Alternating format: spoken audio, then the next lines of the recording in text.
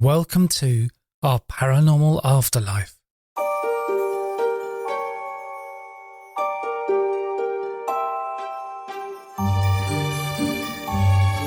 This is our Paranormal Afterlife, and I'm your host Simon Bown. And if you want to hear the extended version of this episode, please join the Patreon campaign. This week I'm talking to Teresa Stepanov about her book, Autobiography of a Medium, A Journey Beyond Death and the Unseen. Teresa is an acupuncture physician, doctor of religious science, Reiki master instructor, herbalist certified in Eastern and Western herbs, certified hypnotherapist, Qigong instructor, and empathic healer. She has had 3 near-death experiences and had many spiritual experiences since the age of 8. Hi Teresa, thanks a lot for coming on the podcast. You're welcome. So we're going to talk about your book. It's called Autobiography of a Medium, A Journey Beyond Death and the Unseen.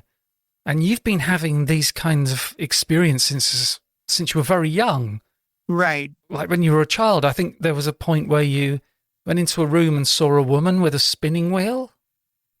Right. I think that was my first sighting of like an interdimensional being. Or I was in school and I decided to go up the stairs all the way up to the top. And I saw this, I just thought it was off. Sometimes I see them now, like I'm looking at people, regular people. So I actually get confused and I don't even know if they're a real person or not until they disappear or walk into a wall or something. Then that's a clue. Oh, okay, that wasn't a real person. But it was what, she had like garments that were out of place. They looked like they were out of time. Something that you would see like a grandmother, like Whistler's mom or something like that. That kind of outfit was old. And there was a spinning wheel there, which was also out of place because it's a public school in New York. Where do you get that from? And she was just spinning. She didn't say anything. She didn't even look at me. She was just doing her thing. So that was, and then I just backed off, because that was when I started to see things. My first occurrence was feeling, then I started hearing things, and then I started seeing things. So my intuition just started opening up and expanding. But that was one of that's why it was memorable to me, and that's why I put it in the book, because it was like the first sighting. Did you feel that it wasn't so much that she was self-aware, but she could have been some kind of recording? It felt like it was an echo, like it's just something that she did, whatever, 100 years ago, and she was just stuck there doing the same thing, with the same motions. Yeah. That's what it felt like to me. It wasn't kind of like a recording, I guess. But in life, I don't know, I was able to see it in my life, but I'm seeing her in the past, I guess, if you want to call it like that. Because I hear there's ghost sightings where it seems the ghost is self-aware and aware of you, and then there are other ghost sightings where they seem like they're, like you say, like an echo. Yeah. No, I've had both, where they've, smiled at me or even talked to me. I've even told them to shut up because they woke me up. But yeah, it's all different types. Do any of them ever react like, hang on a second, you can see me? I believe that they know that I can see them and I can feel them and hear them. And I also, in my experiences with all different types of ghosts, I guess, or spirits or whatever you want to call them, they communicate in their own way. So if the person was a visual person, then they would either show me images or I would see them. If the person was in life, an auditory person, then they'll say things to me. So it all depends. Nowadays, mostly I've set up my boundaries. So I don't allow them to come and talk to me because I know they can see, they know me, they know that I can see them and I could feel them and hear me and hear them. So, so I had to set boundaries. If not, they would be all over me. And that's what used to happen when I was a child in the beginning, because I didn't know how to set the boundaries. I didn't know how to protect myself. So it was like an attack, like I would get them all the time and I would get them doing things to me. And it was not, it wasn't comfortable, to say the least. And it was frightening. In the very beginning, it was frightening. But I learned to control it through connecting with source and, protecting myself with, divine light and also amplifying my energy. And that's what helped me put the boundaries up and control the situation. So now if I tell them to leave, I'll give you an example. I was with a friend and we went into the room and this woman, spirit, she came in with us. I guess she was curious just to, because he was also a medium, very intuitive. So she came into the room and I just sent her like a sharp message, get out. Oh. And just, she 2 seconds later, she went zoop, like immediately she left. And then my friend who was very intuitive, he said, oh, there was somebody in here, but they left, really quickly. So he picked up on it. And I said, yeah, it was this lady and she left, she was gone. But now they're afraid of me instead of me being afraid of them. That's just what I was going to say. It was like when you're a kid, you're scared of the ghosts. Now you've switched it around. I reversed it. So now they're afraid of me. They know if I come around, they have to listen, they have to do what I say. So I had to, for example, like too, if I forget to put up my boundaries and I go to a new place, like I can't stay at any hotel. I just can't stay at any place that is not protected or that has like very dense, low energy, or like a lot of things have happened. First of all, I sense it. So I walked into a house in Jamaica and I looked at the girl and I said, the girl who was showing me around the house, and I said, someone died here, And she goes, yeah, this wife poisoned the husband at the kitchen table. And I had to leave, because I pick it all up. So I have to leave. I can't, I won't stay there. Or like a hotel that I went to in Florida where there was, I didn't know at the time. So my friend booked us in a hotel in, I think it was a place called Casadego in Florida. And I, she's like, okay, we're going to stay here. And I walked in, and the minute I walked in, I see a bunch of souls, coming towards me. And I looked at her and I said, no, I can't stay here. Because they would have been like all over me at night, especially because that's when you're most vulnerable.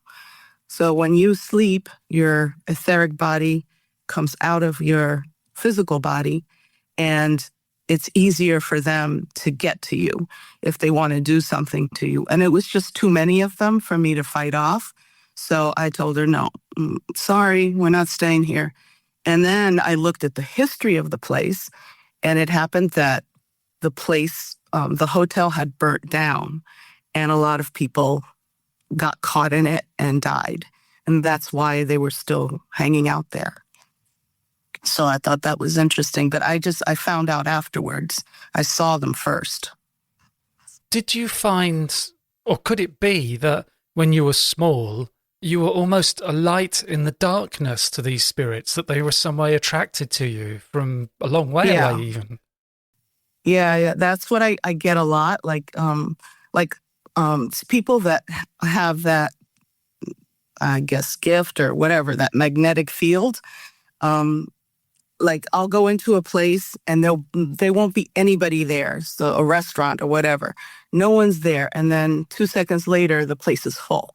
So you attract, because of your energy. And I know a lot of people that are like that. You attract. And then there's other people that repel, that go into a place and the whole place clears out. So, but yes, I think that whatever your energy field is different or has more light, and they're attracted to it. It's like the same thing as flies. If you put on, the light, or insects, in the night, you put the light on and they're all attracted to the light. And that's kind of the same way, the same concept. And that hotel where there are all those spirits there, it's not, I suppose, that they're all bad and they're going to be mean to you. Some of them are probably quite nice, aren't they? They're usually people that are stuck. They're still with their old mentality, so they're not very enlightened. And they have dense energy. Not that they would be mean, but they would be, I guess, curious. So they would be attracted and, come around, and they want to. Okay, so let me put it this way. Imagine that you're in a place and you can see everybody, but no one can see you. And, no one can hear you. So you find somebody that can actually see and hear you and feel you. So you're going to be attracted. You're going to want to communicate. And you're there in that state for it could be 50 years, hundreds of years. It could be a long time that you're in that same state. So and your consciousness is stuck in that that reality, like you're stuck in that. So most of those people are kind of lost souls. They're stuck. They're not very enlightened people. They weren't very enlightened people to begin with, and they're stuck in that in-between state. So it's not that it's annoying, because I'll give you another example. I was in a hotel in Buenos Aires, and I was jet lagged, and I had just come in from my flight. So I just went into the room, and this, again, it was for work. So someone else booked it for me. I didn't vet the place. And I was laying down, and I went to sleep. And in the middle of that, there's a man and a woman that come into the room, and they sit on my bed, and they start talking, having a conversation. And I got up, and I'm like, shut up, shut the heck up, And I told them to get out, and they got out. And then I protected my space, and I could rest. But this hotel had a bunch of spirits or whatever that were walking around, and they didn't mean harm. They were just people that were stuck there. But I didn't have the time to fool with them. So I just leave me alone, let me sleep, get out of my room, and stay out, So that kind of thing has happened. Except for, I think I put it in one of those situations in a hotel that I went to in Athens, that there was this ghost, very hostile, and tried to take me over and pin me down, and I had to get out of there because he was just too evil. And at the time, I wasn't fully in control of this, different situations. Since then, I've learned to fend them off, and I've actually done house clearings where people have complained of a lot of things breaking, a lot of things moving, and I've gone in and I've been like Ghostbusters. What do you want to call Teresa? So, but I've done that, now. But back then, when those things happened, I had no clue of how to handle it. I wasn't completely aware of how to handle it. I barely protected myself. So that those things happened. Do you do investigations? Are you interested in finding out stuff like, I don't know, maybe, let's go to Gettysburg and see what comes up there? No, I investigate energy fields. So I've gone to places that are considered chakras and considered places of high energy or very sacred. And those in itself, okay, so when you have, the earth has chakras just like people do. And it also has portals, and which are similar to like acupuncture points. For me, that's what I compare them to. So, but those places of high energy where you can access earth energy are places that are more susceptible, or they're like gateways between dimensions. So usually a lot of paranormal activity happens in those places anyway. And those are the type of places. So there's good, because where you have portals, where you have energy fields, not only can you let in good things, but you can also let in bad things. So typically what I find is most of the places are protected by somebody. Someone has been attracted to that area to protect it, whether it be indigenous people or someone who's, highly intuitive, but someone from, I guess, source, if you want to call it, whatever you believe in, Buddha, Christ, God, whatever it is, Yahweh, Yeah. Whatever you want to call it, it's the same thing. It's source. So it sends people to those sacred places to amplify the field and to protect it. So that's usually like, we went to a place in northern Guatemala, which is a gate. So chakras are really huge. They're like a whole city. Chakras are big. They span, excuse me, they have a wide range. Gates are smaller, so it might be like one or two mountains. Those are gates. And then the portals are even smaller. They're just like pinpoints. So they're like a certain spot, which is, by the way, like in the property that where I have the center now, that we have portals. So the area is a vortex, which vortexes are even smaller. So it's just, those are the names that people label it because of the size of them. So the portals are like pinpoints. But back to the story in Guatemala, that was a gate. And there was a lot of paranormal activity. So people that I went with a group. And when we went there, like, some people said, "Oh, I heard children singing at night." They came knocking on my door, and it was like these 3 Mayan, huge. They were really tall, like 14 feet tall, dressed in Mayan outfits that when I was there that I saw, and they were telling me to go out with them. And it was pitch black, no lights. And I'm like, oh, hell no. I was like, I'm not going out there with you. But they showed me the path where they wanted me to go. So maybe I might go back there one day and do that. But that whole area was protected by, believe it or not, the Catholic Church owns it, and the Mayans protect it.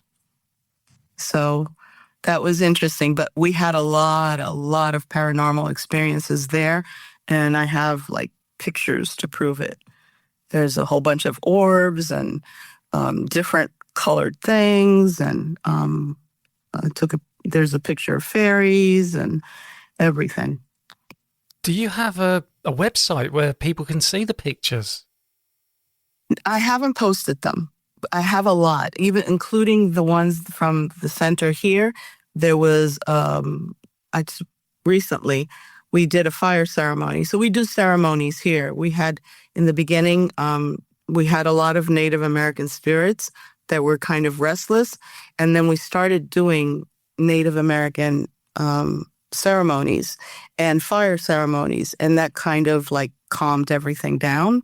So now the only ones that come through here are spirits that want to help and help people heal.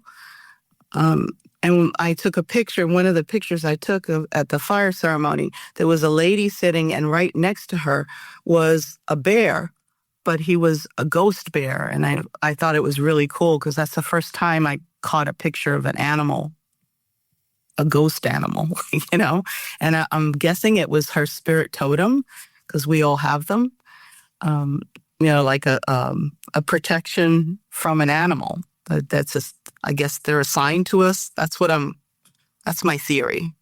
I don't know what anybody else thinks, but I think that there is an animal spirit that is assigned to us.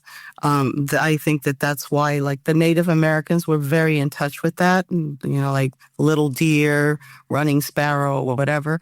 But it's because of that they were aware of that aspect of our nature.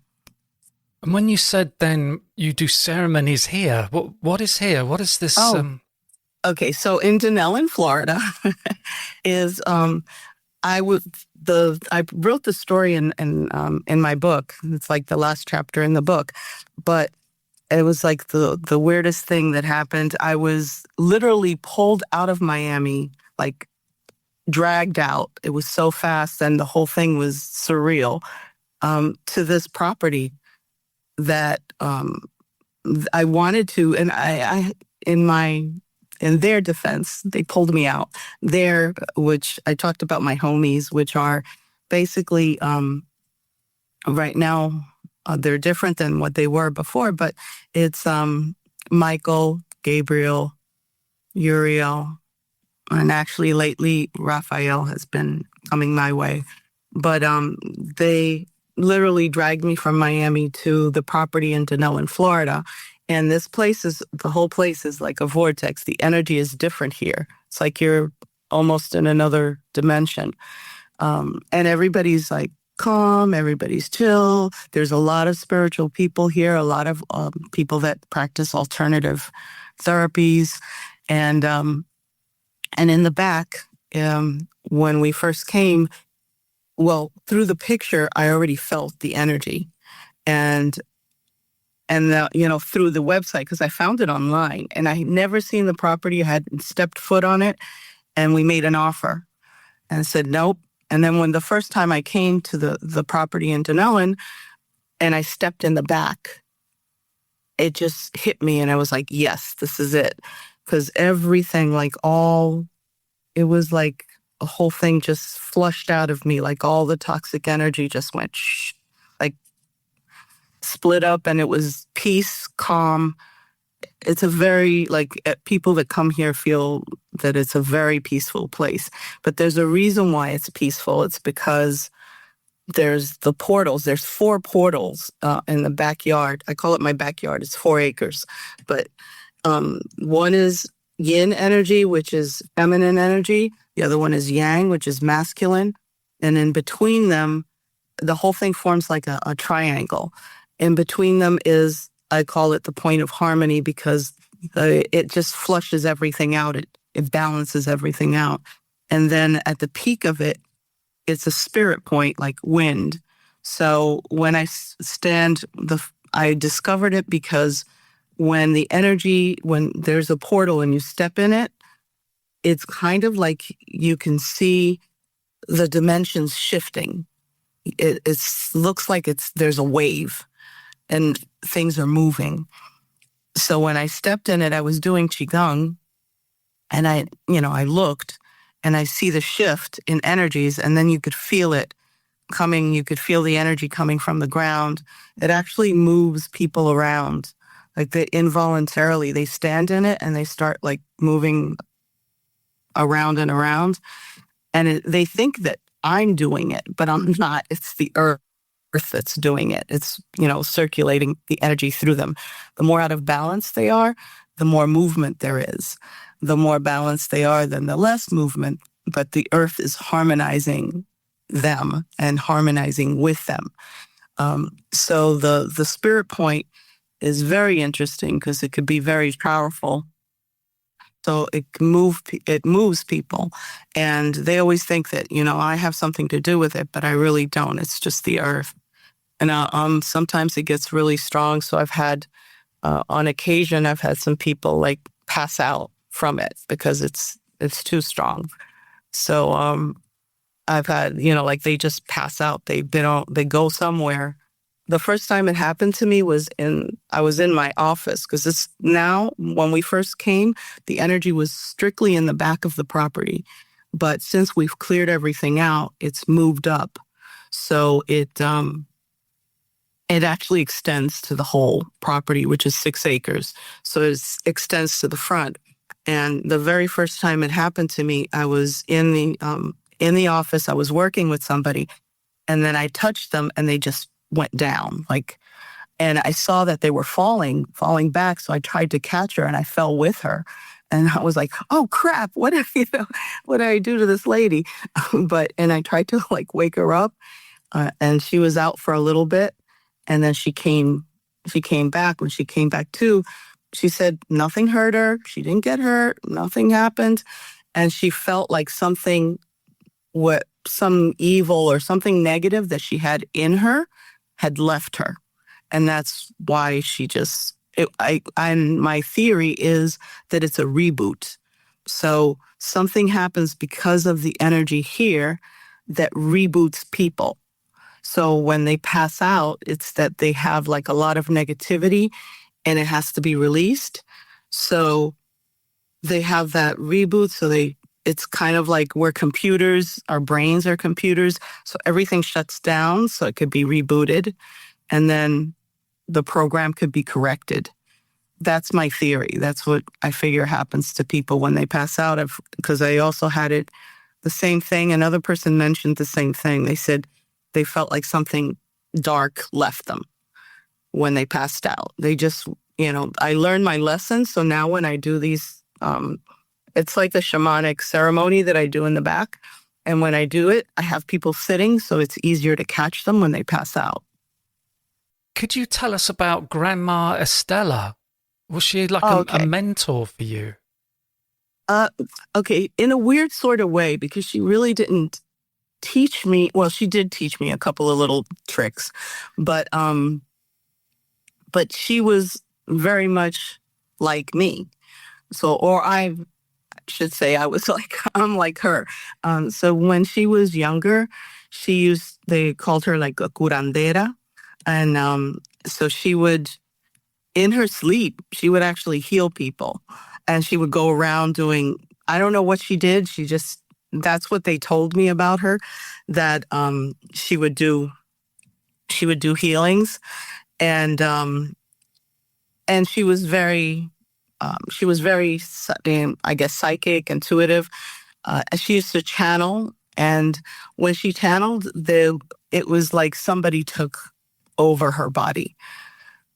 So her voice would change, her mannerism would change. She was another person, basically. When I saw her do that a couple of times when we used to do those seance things in the house. And I would just, see her transform into somebody else. So I would not, sometimes in that aspect, sometimes I'm saying things to people and I don't know what I said. They come back and tell me. In that sense, I kind of do that, but I don't lose complete control, and I don't transform that way. It's just me, but I don't realize what I'm saying or what I'm doing. So that's a little bit different, but she used to do that kind of stuff. Did your mum used to do stuff like that, but there was an instant where she decided to stop? Yeah, she was, when she was young in Mexico, she was working with a healer too, like a psychic healer, and in some kind of center. But at some point, she told me that it scared her because she felt like the energy got really strong and it just got really too weird for her. And it was growing and she shut it down. She's like, no, she through fear, with fear, you can shut things off.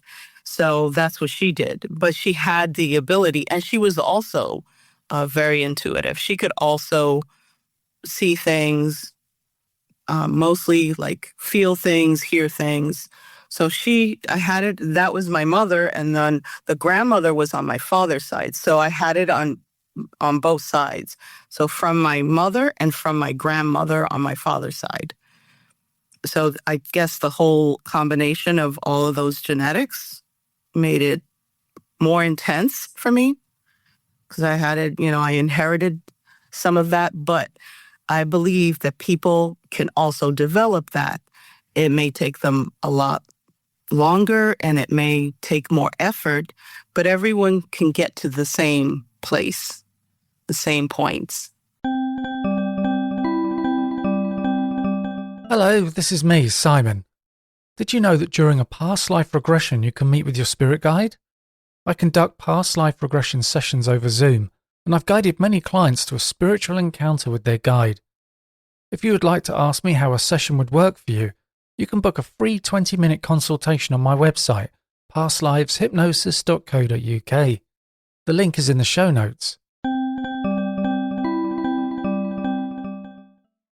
Your house was full of spirits when you were 8-year-old. Yeah, I actually had nightmares about that for like another 7 years after we weren't even living there for a long time. It was a traumatic experience as a kid. And then you moved to a bigger house, and it seemed like, I think you said something like, oh, the moving in honeymoon was over, and then the games started. Yeah. Yeah, they would do all kinds of tricks. Turn the lights on and off, the TV, turn on and off, the lights would blink, the doors would shut, the chairs would move. It was like Poltergeist Central. It was like living in one of those horror movies, but for real.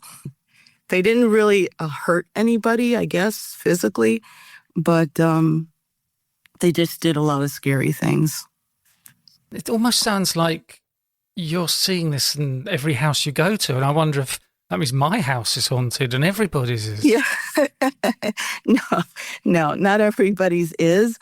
But whatever is, like I said, since I attract things, and then since my sister, the house that we lived in New York for those 7 years, that it was a really big house, but there was a bunch of stuff going on there. But anyway, we attract that. And so it was me, my sister, my brother, my grandmother. We all have the same mediumship abilities. And all of us attract all of that. So that's why they feed off of our light, of our energy, and they could see it and they're attracted to it. So all of us attracted all of that, even more so. There was things that were already there, but we just, we attracted more of it. And like where my grandmother was, when we moved to Florida and I moved to my uncle's house, my grandmother was already there. So whatever was there was this lady. She seemed Hispanic. So, I used to see her walking around and, she played a trick on me when I stayed up one night late and I was sitting in the sofa and I was watching TV, and then she came and knocked on the bottom of the sofa under my seat. Kind of, I guess she was trying to tell me, go to bed, you're bothering me. It's my time, get out of here. So I was just okay, I get the message. I'm going to sleep. Bye. But we just used to attract those things anyway. So even here, I attract those things. I'm used to it, but now I have my boundaries, and so I know who can come in and who can't. And you talked about a spirit team a little bit earlier, and you also say that they change according to your spiritual evolution. So that applies to all of us, I suppose. Yes, yeah. Okay, so the ones that you attract, you mean like your guardians and the spirits or the souls that hang around you? Yeah. They change when your frequency and your own energy field changes. So when I I noticed that, and also what you let in intentionally. So, like when you learn to amplify your energy and when you learn to set your boundaries, then like now I dictate that whatever comes in to my field and whatever wants to communicate with me, it has to be for the greater good. So I set up that wall, that energy field that, they can't come close or use me unless it's something that is going to serve a purpose to help someone or to help some kind of situation. And they've changed. So when I was little, I had this nun, that was a Sister Clara, that I used to see, that she was always hanging around me. And there was this other Indian guy. I don't know his name. I just made up names because I have no idea. I knew Clara. That was the only one that I got her name, but him, I didn't get his name. And they used to hang around. And I guess they were like guardians. They were, like protecting me at the time when I was little. And I didn't really know what I was doing anyway with all of that. But as I got older, when I started the process of learning how to heal myself, how to heal others, how to use the energy, then another group came in and they were different. So that's when like fairies started showing up and like whatever, I guess, like what people would consider the Holy Spirit, like that Trinity. And they actually took a picture of me, and some girl, she never gave me the copy of the picture, but I was standing in like a doorway and there were like 10 fairies making an arch over me. And then there was like these other 3 beings, one on each side and one behind me. And she took a picture of it and it came out and I was like, oh my God, that's so cool. Let me get a copy. But she never gave it to me. So I was, that was like, shucks. Okay. But they changed. And then when I started doing acupuncture, then I started seeing this little Chinese guy come around. I call him Mr. Miyagi because I don't know what to call him. Sometimes they give you their name, sometimes they don't. But he would come, and during the sessions, when I would be working with people and help me out, like say, okay, put the needle here, do this. Mostly I just listen to them and I just do what they say because I've learned that they know more than I do. And, so I just listen and I'm like, okay, fine. And I do it, whatever comes through. And you're very empathetic. I think that's the right word. That you would feel... Oh, empathic. No, you're close. You were close. It's empathic. Yeah, I'm empathic. So basically, I feel everything. And sometimes I feel the whole planet, which is kind of annoying at times. But I guess it's a gift because then I'm able to process what they have and remove it. And then I just give it to God, I'm like, okay, you deal with this. But I've learned how to, I guess, so that it goes through me. I've learned to like let it go through me and not stay with me. And I've learned how to remove it. So as an example, I went to this group, some group meeting, which wasn't too far from my house.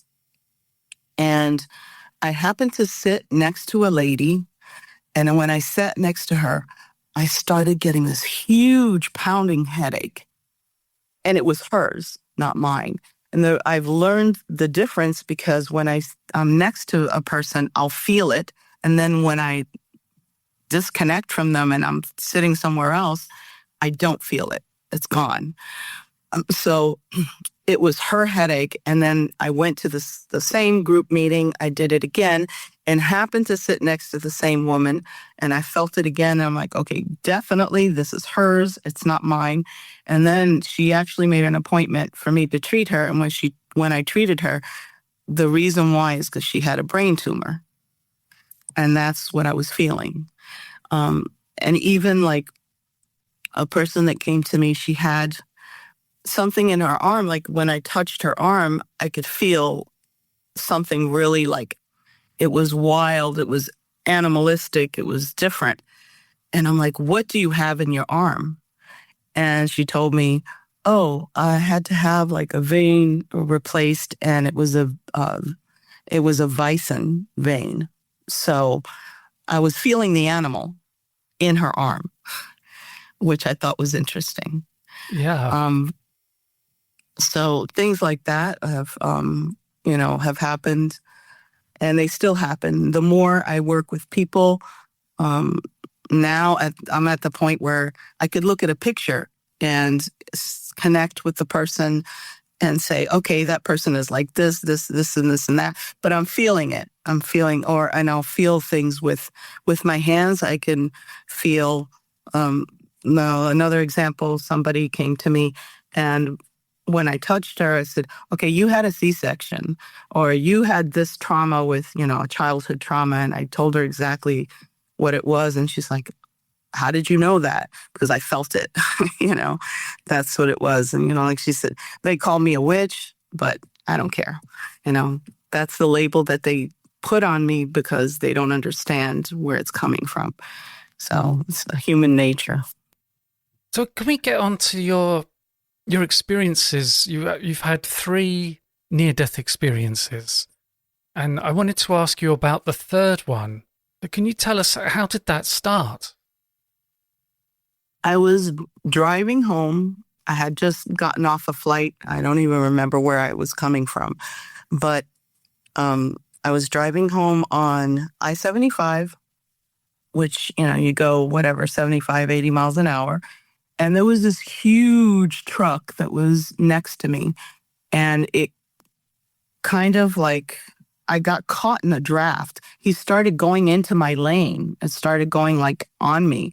So I tried to get away from him, and the car kind of just lost control and went into a ditch. And then it, did somersaults and turned around. And I mean, I guess it did because I was gone. During the accident, I was, I wasn't there. I didn't have my physical body was there, but my consciousness wasn't. So, so the car, I guess started tumbling down the ditch, and it kind of like just flattened, and I was stuck inside the car, and that's like what I remember, since my body was experiencing the accident, but I wasn't, is that, all I saw was this violet light, and it was beautiful, and it was very calming. And that I know somebody was with me, and I heard them, tell me, no, you're not going to die. You still have things to do. That was quote unquote. And I was, taken to, it's like a tunnel, because I wanted to meet God. As I realized where I was. So I said, hey, I want to meet God. So they took me, and it was like do you ever see No, it was Stargate. Do you ever see Stargate? Yeah. Okay, so you know how when they go through the gate? Yeah, it looks almost like water in a way, doesn't it? And then they go through like a energetic tunnel. Right. So that's the closest that I can describe how it is that you go through. And it's really fast. So in one moment, I'm in one place, and then all of a sudden, thought goes real fast. And I was in another place, and it was very etheric. So it's all like nothing solid.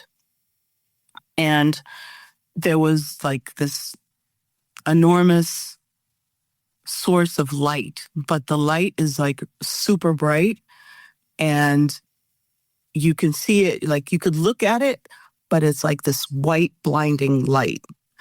And I didn't understand. And then in front of it, there were these 3 beings, which were kind of formed like humans, but not really. and very like non-solid, like misty type of energies. So they were in front of that, and I didn't know what I was looking at. So me and my, arrogant self and sarcastic self, because I'm sarcastic a lot of times, and I'm like, okay, so where is he? What am I looking at?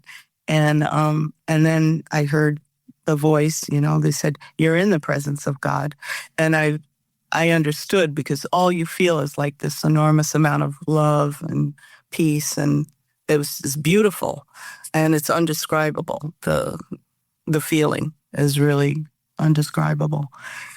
And then that's it. Like then they, I couldn't get too comfortable because they took me back right away. So when you come back, it's like you're taking your first breath again. So that's happened to me several times, where all of a sudden you get pulled back into your body, and then you're like, you're breathing again. Yeah, I see. So, and then it was funny because I met this lady who had I've met a lot of people, actually. I guess we're attracted to each other, that have had near-death experiences. And she told me, she goes, "Well, I didn't get to see God." And I said, "Well, did you ask?" And she goes, "No." And I'm like, "That's why you didn't get to see him, because you didn't ask." And that's the case. If you ask, you receive. If you don't ask, you don't get. And I think you said in the book that you had no thoughts of children, husband, or if I'd finished the laundry. No, you don't. When you're over there, you're like, it's so blissful, I guess. It's undescribable, like the feeling that you get, that you don't think of. Maybe some people do, but I don't. The first thing I thought of when I'm out of my body is, I'm free, and I was like, I'm taking off. That's it. I'm done. But that's me. Somebody else, I've talked to other people that have had near-death experiences, and they've told me, "Oh, no, I came back. I was given a choice whether I can stay or whether I can, or if I wanted to go back. And I decided to go back because of my children, or whatever reason they gave." But so some people are given a choice. And then I've met other people that are not. They're like, "No, you got to go back. You still, that's not your time yet. Go back." So it all depends on the person and their state, what their purpose is for being here, and their state of evolution, where they go. Because I've also seen when people have committed suicide. I had a friend that committed suicide, and then I saw where he was afterwards, and it was all like gray, dark place. Everything was shadows and gray, and it wasn't very pleasant. So I know that prayers do help them to overcome it and to move on to another, level, or, for their souls to realize what's going on and to get themselves out of it. So, and there's no heaven or hell. It's just whatever state of mind you are at the time of crossing. So when they said to you, "You're not ready to die, you still have things to do," were you really disappointed? I didn't have a choice. I didn't have a time to think about it. They were just like, "Back you go. That's it." And I've talked to coincidentally, recently, I went to Puerto Rico, and on the way there was a gentleman that the whole thing happened was, I guess it happened on purpose, but not. He went into the wrong seat. He took the wrong seat, and he was actually paralyzed from the waist down. So he couldn't move to the right seat. So when I got on the plane, the stewardess tells me, "Are you Teresa?" And I said, "Yeah." And she said, "Well, we have a situation. This man ended up in your seat. He can't move out of it." So he said, "Well, but I can move to the side." So I sat next to him, and it turns out that he had a near-death experiences, and we were comparing our experiences, and they were very similar. So he's like, "Yeah, I was, because I told him, I just left my body during the accident, like I didn't get to experience my physical body. I wasn't there. And the same thing happened to him. And, like the same places, we kind of went to the same realms or whatever. And when he came back, he's talking about, getting that first, feels like a first breath that you come back into your body. So I thought that was interesting too. It's like coincidentally, out of all the people, we get to sit next to each other, and talk about it. It's too much of a coincidence. That was interesting. But people like that, so I'm sure that it serves some kind of purpose. So what do you do now? Do you sit with people and do readings? No, if I get a message, I give it. It's a gift, so I give it as a gift. I don't expect anything from it. When it comes, it comes. However, I do acupuncture and I do work the energy, and I also work with energy, and I also do classes. I teach people what things that they can do for themselves.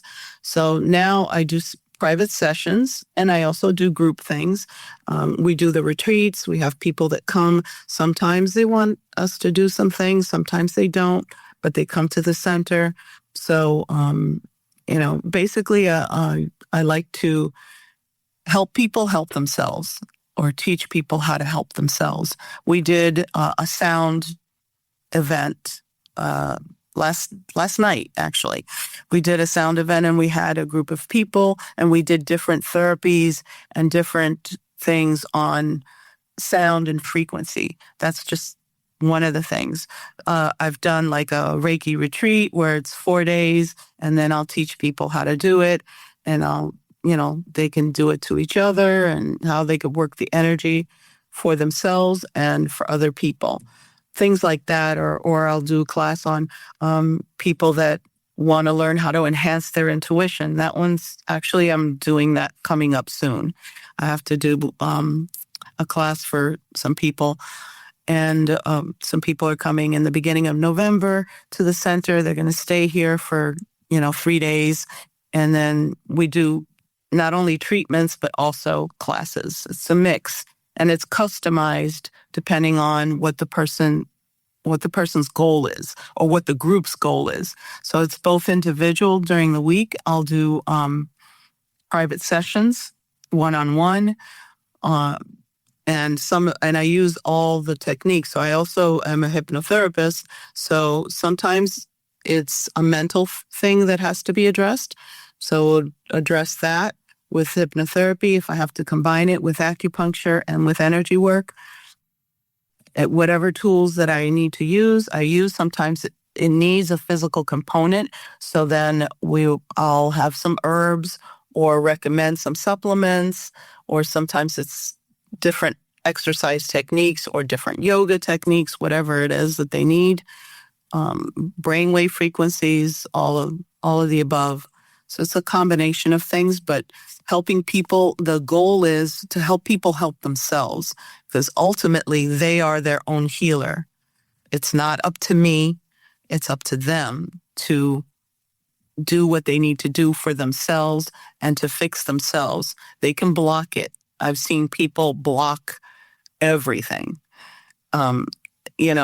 Everyone, I had a group of people that I taught like enhancing their intuition. And there was this one girl, she couldn't do anything. There was, she just, no matter what it was, she wouldn't get it. Everybody else did. And including like we were bending forks, everything, all the things that we did, everyone got it except for this one girl. She couldn't get it. But it's because she was blocking herself, and she was not, she was telling herself, I can't do this. I don't believe this. Whatever she was telling herself that was blocking it. But she was the only one. Everybody else was like, boop, boop, boop. They all got it, except for her. Can you give us your website address? Is that how people would find you? Right. I have 2 websites. The one that The www.innertransformationcenter.com is one of them. The other one is naturalhealinginc.com. The book is called Autobiography of a Medium, A Journey Beyond Death and the Unseen. And people can get that on Amazon, can't they? Yes, Amazon. So it's Kindle and Amazon, but it's the same thing. If you go on Amazon, you'll see both. Great. Well, it's been fantastic talking to you. Thanks a lot for coming on the podcast.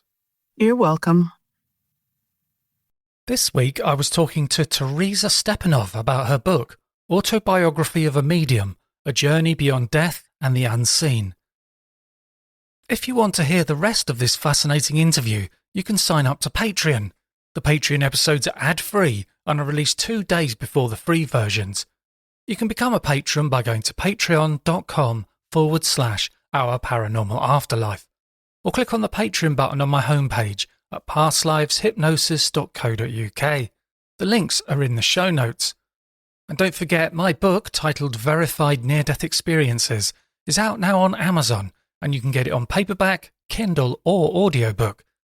And if you enjoy the podcast, please leave a review and be sure to subscribe on Apple Podcasts, Spotify, or via your favourite podcast app to make sure that you don't miss out on any episodes. And thanks for listening.